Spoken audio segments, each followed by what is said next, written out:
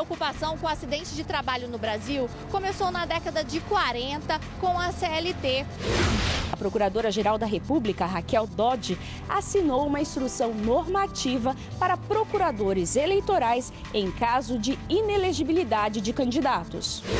Por causa da situação, Fernando denunciou o caso ao PROCON e, diante do silêncio da empresa, entrou com ação na justiça. É um resgate de técnicas ancestrais, que a gente traz tecnologia moderna, traz os padrões desejáveis hoje em dia e constrói casas de excelente qualidade.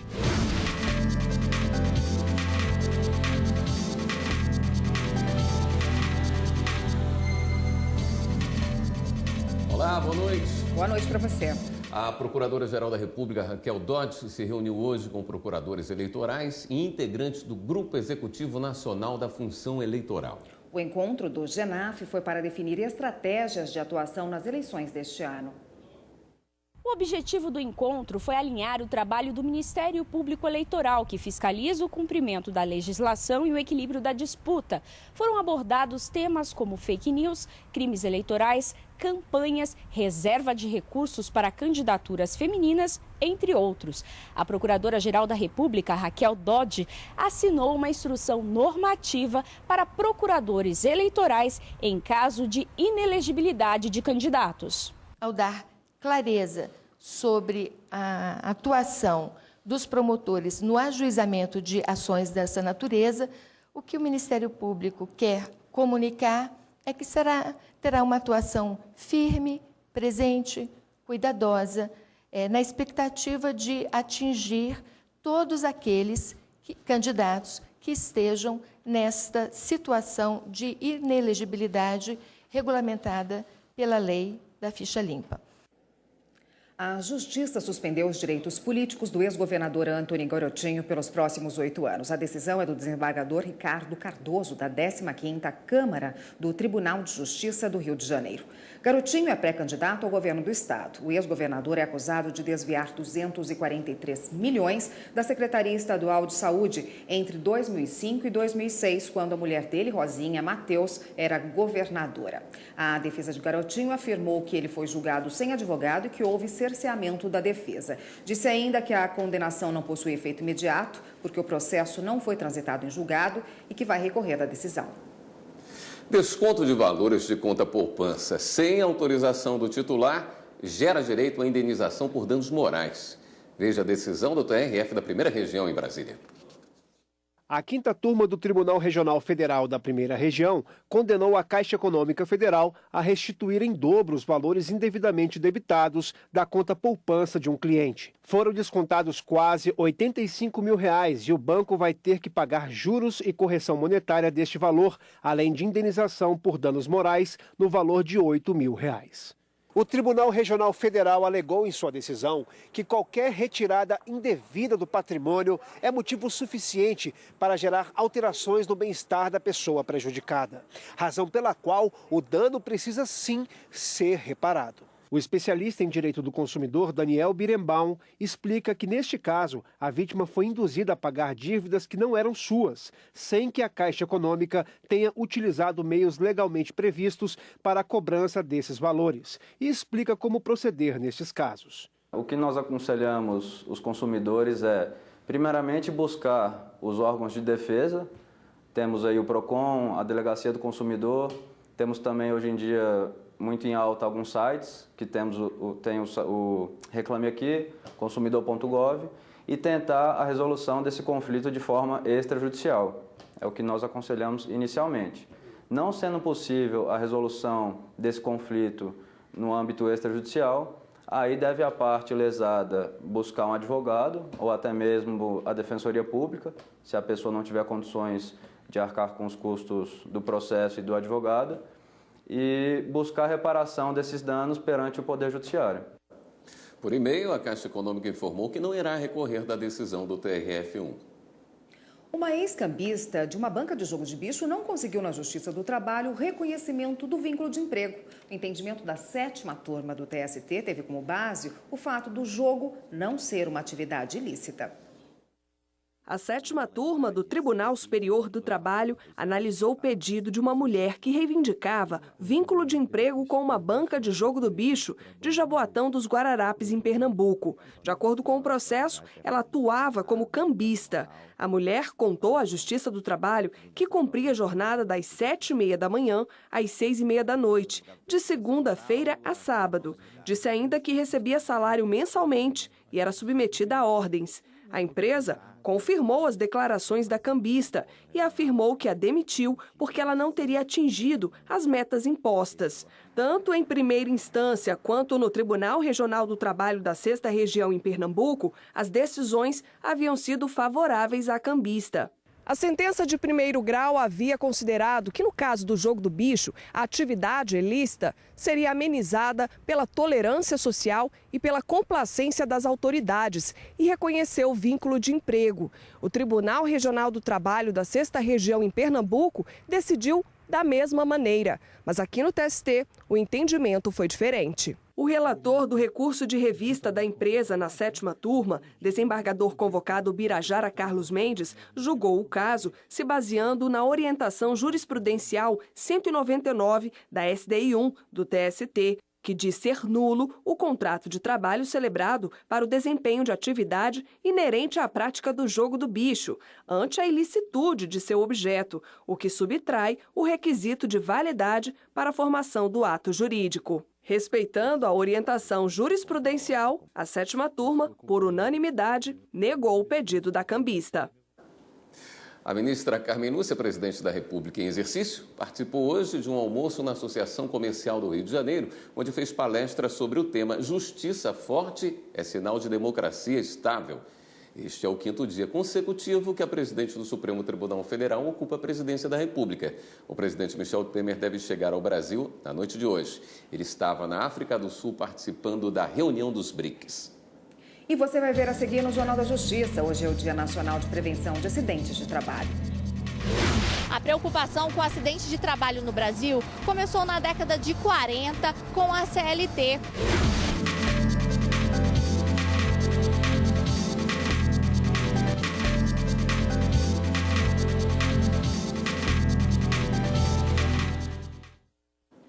No dia 27 de julho é comemorado em todo o Brasil o Dia Nacional de Prevenção de Acidentes de Trabalho. A data é um marco histórico na luta dos trabalhadores por melhores condições de segurança e saúde no emprego.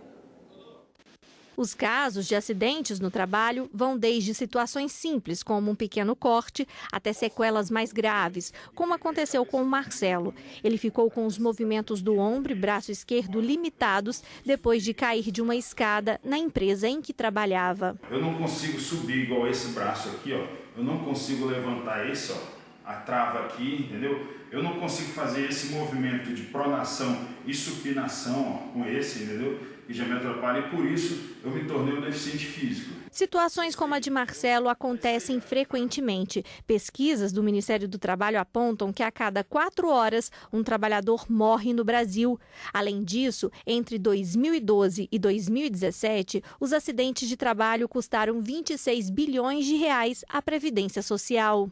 A preocupação com acidentes de trabalho no Brasil começou na década de 40 com a CLT, mas foi em 1972 que foi registrado o maior número de acidentes de trabalho, 1.700.000, o que representava 40% dos trabalhadores da época.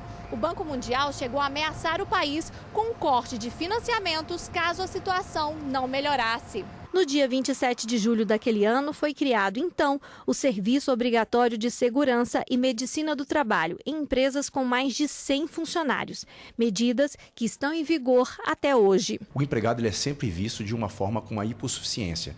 Então, a responsabilidade maior está sempre concentrada para o empregador, que possui os maiores ônus legais, tais como fornecer equipamento de proteção individual, respeitar as leis, fazer políticas de prevenção e proteção do ambiente de trabalho, no sentido de diminuir ou até mesmo afastar qualquer acidente de trabalho. Para ajudar na prevenção de acidentes, além de fiscalização, o Ministério do Trabalho realiza todos os anos a CAMPAT, Campanha Nacional de Prevenção dos Acidentes de Trabalho.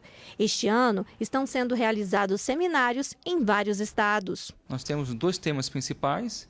O primeiro é a prevenção de acidentes em trabalho em altura e o segundo é a prevenção de adoecimento ocupacional. Esse ano temos 4 seminários buscando conscientizar, né, o cidadão, o empresário, o sindicalista, o trabalhador da importância da prevenção. Como diz o ditado popular, amigos, negócios à parte, né? Fazer empréstimos ou comprar para outra pessoa pode dar muita dor de cabeça. Para a justiça, se a dívida não for paga, o devedor é você, que tentando ajudar, ainda pode ficar com o nome sujo na praça. Seu Adão um dia ouviu o pedido de um amigo e decidiu que ia ajudar. O cara estava apertado lá, né, e chegou de mim, rapaz, você podia fazer, me emprestar o seu nome para eu tirar um empréstimo para pagar uma dívida que eu devo. E eu fui e emprestei. Só que na hora de pagar, o colega simplesmente sumiu. Deixou ele na mão com a dívida de R$5.000. Tive que ficar endividado um bom tempo, né, depois eu fui e normalizei a conta lá, para limpar o meu nome, né. Práticas assim são bastante comuns entre os consumidores brasileiros. De acordo com o Serviço de Proteção ao Crédito, 44% dos brasileiros já usaram o nome de outra pessoa para fazer compras a prazo. De acordo com o SPC, quem pede o nome emprestado geralmente passou por uma situação de emergência e não tinha uma reserva financeira. Ou estava inscrito em cadastros de devedores. Outros tiveram o crédito negado ou o limite do cartão de crédito estourado. Na maior parte dos casos, os pedidos de empréstimo de nome serviram para o consumidor comprar eletrônicos, como smartphones, TVs e notebooks. Roupas, calçados e acessórios, produtos de supermercado, eletrodomésticos, produtos de farmácia e móveis para casa. Juridicamente, contrair uma dívida para um amigo não é proibido. Mas quando ele deixa de pagar esse débito, não tem jeito. A obrigação é mesmo de quem emprestou o nome. Se esse pagamento não for feito, quem figurou como devedor é você que apresentou, que apareceu no primeiro momento. Essa pessoa que você ajudou, esse terceiro que você contraiu o nome, a dívida ou contratou o serviço em nome dele, ele no primeiro momento ele não figura como devedor. Até porque o credor tratou com você diretamente. Então é o seu nome que está em jogo. É você que vai sofrer as sanções. Nome inscrito nos órgãos de proteção ao crédito, processo judicial e por aí vai. O caminho sugerido pelo advogado é simples: pagar a dívida e só depois cobrar o colega devedor. Depois você pode tratar com essa pessoa, seja de forma amigável, numa relação de conversa, ou até judicialmente, desde que você tenha algum indício de prova. Às vezes a relação entre consumidor, loja e fabricante pode ser conturbada. Os produtos podem vir com algum defeito ou até sofrer algum dano durante a entrega. Pois é, a garantia oferecida pelas empresas serve para cobrir esses prejuízos e evitar desgastes. Mas nem sempre isso é o suficiente. Normalmente, na hora da compra, o vendedor oferece a chamada garantia estendida, que é aquela que o cliente paga a mais por ela. Só que na pressa de levar o produto, muita gente esquece que existem outros 2 tipos de garantia. Aí depois que o produto apresenta um defeito, o consumidor fica sem saber qual é a que vale, por desconhecer a diferença entre elas. No caso do Fernando, foi diferente. Quando o óculos que ele comprou partiu ao meio, dias depois da compra, ele já sabia que o Código de Defesa do Consumidor estabelece a chamada garantia legal de 30 dias para o fabricante solucionar o problema. Por isso, ele foi até a loja. O estabelecimento informou que iria arrumar ou trocar o óculos no prazo de 45 dias, acima do previsto no CDC. Acontece que 60 dias depois da ordem de serviço, ou seja, 42 dias mais alguns dias, né, eu compareci novamente ao estabelecimento e meu óculos ainda não estava pronto. E fui surpreso pela atitude do gerente, que à época foi extremamente grosseiro comigo. Por causa da situação, Fernando denunciou o caso ao PROCON e, diante do silêncio da empresa, entrou com ação na Justiça. Os ministros da terceira turma do STJ restabeleceram a sentença da Justiça de Minas Gerais, que determinou a montadora Ford a restituir para um cliente o valor pago por um carro novo que apresentou defeito e não foi consertado no prazo legal de 30 dias. No processo, o consumidor disse ter sido orientado pela equipe técnica da concessionária a não utilizar o veículo até a substituição dos componentes da direção elétrica, o que o obrigou a utilizar meios alternativos de transportes. Além disso, afirmou que o reparo só foi concluído 45 dias após a entrega do carro à assistência técnica. A relatora do recurso especial, ministra Nancy Andrighi, destacou que quando há vício de qualidade do produto e o defeito não é resolvido no prazo de 30 dias, cabe ao consumidor optar pela substituição do bem, restituição do preço ou abatimento proporcional. O prazo para o consumidor reclamar de defeito ou vício oculto de fabricação não decorrentes do uso regular do produto começa a contar a partir da descoberta do problema, desde que o bem ainda esteja em vida útil, independentemente da garantia. E no próximo bloco, usufruir dos recursos naturais sem devastar a natureza. É um resgate de técnicas ancestrais que a gente traz tecnologia moderna, traz os padrões desejáveis hoje em dia e constrói casas de excelente qualidade.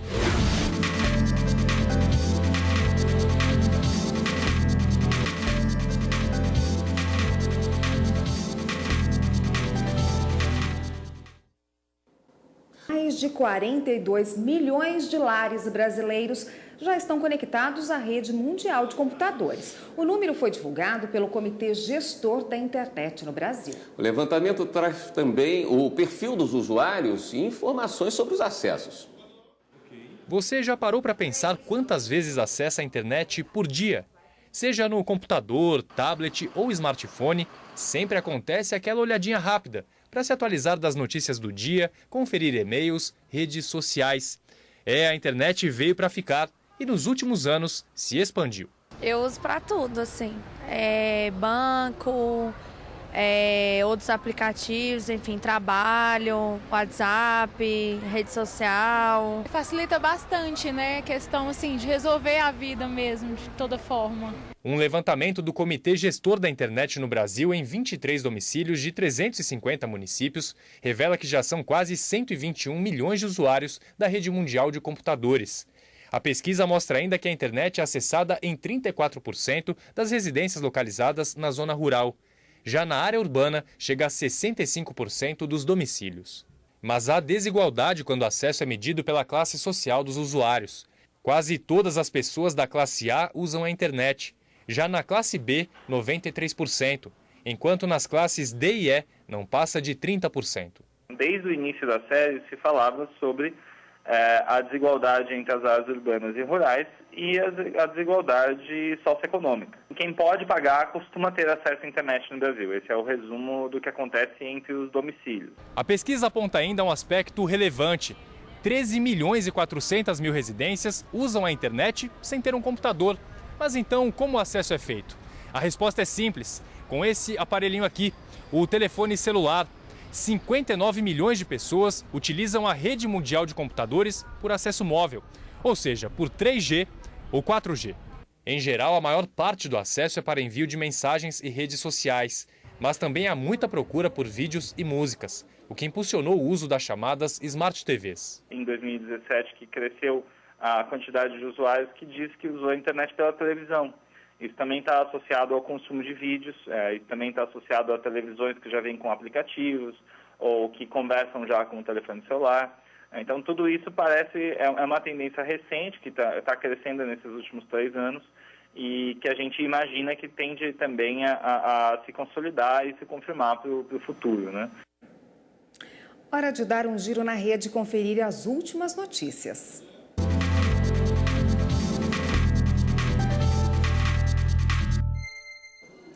Vamos então à redação do Jornal da Justiça, falar com a repórter Carla Lucena, que tem as novidades para a gente. Boa noite, Carla. Oi, William. Boa noite para você, boa noite a todos. E olha só, entrou em vigor hoje o decreto assinado pela ministra Carmen Lúcia como presidente interina da República, que regulamenta regras de acessibilidade em prédios. Um dos pontos do texto diz que a partir de agora, todos os novos empreendimentos residenciais no país devem adotar recursos de acessibilidade nas áreas de uso comum. Os condomínios vão ter o prazo de 1 ano e meio para se adaptarem às novas regras. E agora, uma notícia do STF. O ministro Dias Toffoli no exercício da presidência da Corte, concedeu hoje liminar que autoriza o Estado da Paraíba receber recursos para o pagamento de obras no Porto de Cabedelo. Os recursos estavam suspensos porque o Estado foi inscrito nos cadastros restritivos federais por irregularidades em verbas na área da saúde entre os anos de 2004 e 2005. Segundo o ministro, o Estado vai receber apenas a terceira e última parcela do convênio referente às obras no Porto. E uma última notícia. O Ministério Público de Roraima indiciou 5 moradores de Mucajaí, no sul do estado. Eles são acusados de xenofobia e incitação ao crime. Os delitos envolvem venezuelanos e teriam ocorrido em março. Cerca de 27 imigrantes teriam sido expulsos do abrigo que moravam e tiveram os pertences queimados. E você aí de casa já segue a gente no nosso canal no YouTube? É só pesquisar lá, TV Justiça Oficial. Todas as nossas reportagens são publicadas no nosso canal. E agora, voltamos ao estúdio. Obrigado, Carla. E a gente termina o Jornal da Justiça de hoje de uma forma diferente. Com a lua vermelha, né, William? E com o eclipse considerado o maior do século. O eclipse começou às 4h30 da tarde no Brasil, vai terminar por volta de 7h20 da noite. Cada um depende do lugar onde a pessoa está, né? Um eclipse lunar total acontece quando o Sol entra e a Lua se alinham, quando o nosso planeta faz uma sombra no satélite. Isso faz a Lua ficar escura, perder o brilho e é um fenômeno que pode ser visto a olho nu. Boa noite para você e um bom eclipse. Boa noite, um ótimo fim de semana e até segunda. Veja ao vivo imagens do eclipse em Brasília.